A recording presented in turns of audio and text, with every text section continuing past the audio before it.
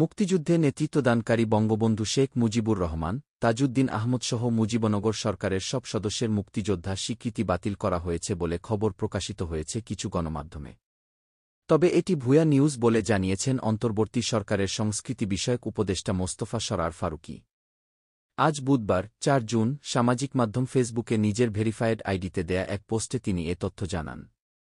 পোস্টে ফারুকী বলেন, প্রিয় ভাইবোনেরা, শেখ মুজিবুর রহমান, তাজউদ্দিন আহমদসহ মুক্তিযুদ্ধের নেতাদের মুক্তিযোদ্ধা সার্টিফিকেট বাতিল, একটা ফেক নিউজ, ভুয়া খবর।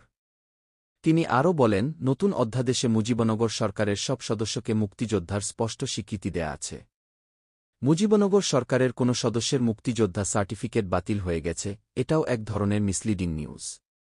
এদিকে আজ সকালে মুক্তিযুদ্ধ বিষয়ক মন্ত্রণালয়ের উপদেষ্টা ফারুক আজম যমুনা টেলিভিশনকে টেলিফোনে জানান, বঙ্গবন্ধু শেখ মুজিবুর রহমানসহ জাতীয় ৪ নেতা সৈয়দ নজরুল ইসলাম, তাজউদ্দিন আহমদ, মো. মনসুর আলী ও এম কামরুজ্জামান মুক্তিযোদ্ধা হিসেবে বিবেচিত হবে। তিনি আরও জানান, মুজিবনগর সরকারে যারা ছিলেন তারাও মুক্তিযোদ্ধা হিসেবে বিবেচিত হবেন। যারা সশস্ত্রভাবে মুক্তিযুদ্ধ করেছে, যারা পরিচালনা করেছে, তারা মুক্তিযোদ্ধা। গণমাধ্যমে মিসলিডিং হয়েছে। তবে ওই সরকারের কর্মকর্তা, কর্মচারীরা সহযোগী মুক্তিযোদ্ধা হিসেবে বিবেচিত হবেন।